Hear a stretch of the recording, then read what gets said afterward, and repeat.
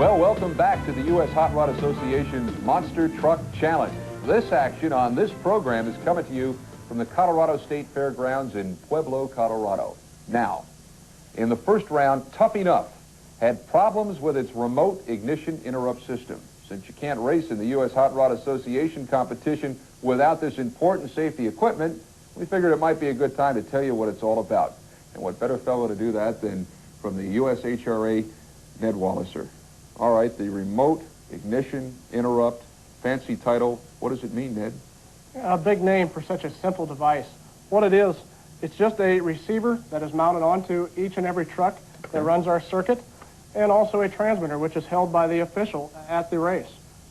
This system is used to shut the engine off if the official feels he needs to do so. So this actually goes on the truck, and the official has that right on the field, right? Right on site at the end of the track. We have 2 officials, 1 official per truck. Yeah, we've seen a lot of shows, certainly here on Monster Truck Challenge. When you guys show up at an event, the trucks just don't roll out there and start going. There's a very lengthy security and safety inspection that they go through. Help me out with this. What is that all about? Well, that is correct. They do go through a safety tech inspection. Each truck has several safety items that are installed on the truck, such as a transmission blanket, drive shaft loops, braking systems, and of course the most important, the ignition interrupt system. We test that system in tech inspection and make sure that it does work properly. And also when the truck comes to the line, to the starting line, we make sure that it is functioning properly there. The truck comes to the line, it is started, we shut the truck off. If the ignition interrupt system does not work, the truck does not compete. Now, what's the red light I see inside the truck? What's that? That is strictly for the official. It indicates that the system is installed and properly functioning. Okay. Now, I know the sport is evolving from a safety standpoint. Where have we been and where are we going? Well, we hope we're going to great lengths. In years past, we had a system that was as easy as an on-off button and a button to press to shut the truck off. Very simple. In today's standards, we have this system, which is a multi-channel. Each truck has its own channel, so we can designate which truck we are controlling. So this one's going to the museum then, huh? That is correct. Ned, thank you. Appreciate it. Thank you. Ned Walliser from the USHRA. Now, there's more action to come from Colorado, and we'll bring it to you in just a second when Monster Truck Challenge continues right here on ESPN. Don't go away.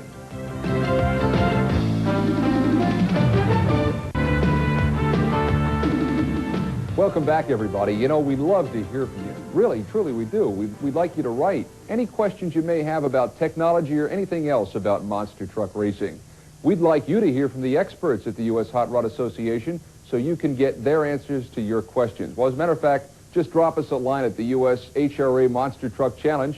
Our address is 477 East Butterfield, Suite 400, Lombard, Illinois, and the zip code is 60148. Speaking of the mail, our Alert Viewer Envelope Art Award goes to Jonathan McCallum of Louisville, Kentucky. Jonathan is obviously a Gravedigger fan, and he likes to watch our show with his pal Steve Morgan. Thanks for watching, guys, and great work with the art. All right, time to go back to Pueblo, Colorado, round 2 in our battle for the championship at the Colorado State Fairgrounds. Now, the stands are jammed with monster truck fans on a beautiful night right at the foothills of the Rockies. The second round matchups go like this. Equalizer sees his first side-by-side action of the night. He's coming off a first-round bye as fast qualifier to tangle with Carolina Crusher. Gary Wiggins at the wheel now, substituting for Gary Porter in the Crusher. He had to beat Tough Enough in round 1 to get here. You've got to give the edge to David Morris, who qualified almost a second faster than Gary Wiggins and saved his equipment from first-round abuse. The other round 2 race matches King Crunch against Gravedigger. Rob Grossman doesn't seem to have his truck dialed in. I don't know, maybe it's the thin air. Lyle Hancock, on the other hand, has Gravedigger running at full power. Now to call the action once again, here's Joe Lowe. Thanks, Ken. As the excitement builds, the equalizer is back. He was our fastest qualifier. Got to sit out round number 1, but here he is in round number 2. The hottest truck on the circuit out of Springfield, Tennessee, David Morris in the equalizer. Going up against Gary Wiggins and Gary Porter's Carolina Crusher. Off the line, Carolina Crusher. Whoa, a great hole shot. David Morris trying to battle back, has some problems between the sets of cars. Has to back out of it and straighten things out. And Wiggins has no problem whatsoever taking out the equalizer. He dug down deep, and Carolina Crusher gets a win. He has the truck tuned in for this Rocky Mountain High, and high up in the sky he goes over the second set of cars. Gary Wiggins? Yeah, the truck seemed to work real good. We worked on it a little bit, and so we feel good about the way the truck landed and worked out. I got her a little sideways there, and then I couldn't get my speed I needed either. He jumped out in front of me right there. He had a good hole shot, and then he just pulled me all the way down the track. I just couldn't catch him. Our next matchup between Gravedigger and King Crunch, and Gravedigger's Lyle Hancock talks about Rob Grossman. He's a tough competitor, and like always, he always seems to come out from behind somehow, and he'll get you in the end if you ain't real careful. So I got my guard up, got everything all tuned up, and I think we're running pretty good. Now, the Gravedigger Racing team keeps a log of everywhere they go for fuel settings, and they certainly seem to have the digger dialed in as he gets set to go against King Crunch. Off the line, King Crunch has problems, and the Gravedigger has all sorts of power. All sorts of power as he goes over that first set of cars. Pedal to the metal and sails over the second set, and he's going to a final against Carolina Crusher in Pueblo. While most of the other trucks seem to be suffering from fuel problems, the thin air situation has not been a problem for the Carolina Crusher or the Gravedigger. Those are the two in our monster final. But Lyle insists it's been a tough night. Well, we had to give it everything we could get and get used to the track, see how we're going to come off the cars. I know I'm going to have to run the truck just about as hard as it's going to go when we get to the finals. Came up on the short end of the stick against the Gravedigger.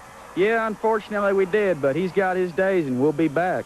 I noticed you had a little problem in launch. What went wrong? Well, I hadn't told anybody, but I've been afraid something like that might happen. The motor is hurt. We hadn't been home to freshen up or put a new one in the last 2 months, and one side of the motor, I'm not running any intake valves. The cam lobes are just about flattened out, and if it makes it through this weekend's race, I'll be doing real good.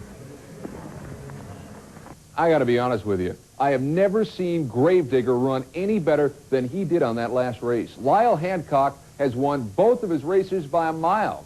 Gary Wiggins dug deep to come up with that little something extra that gave him his win over fast qualifier Equalizer. So the battle for the championship in Colorado will be between two guys who have come all the way from North Carolina.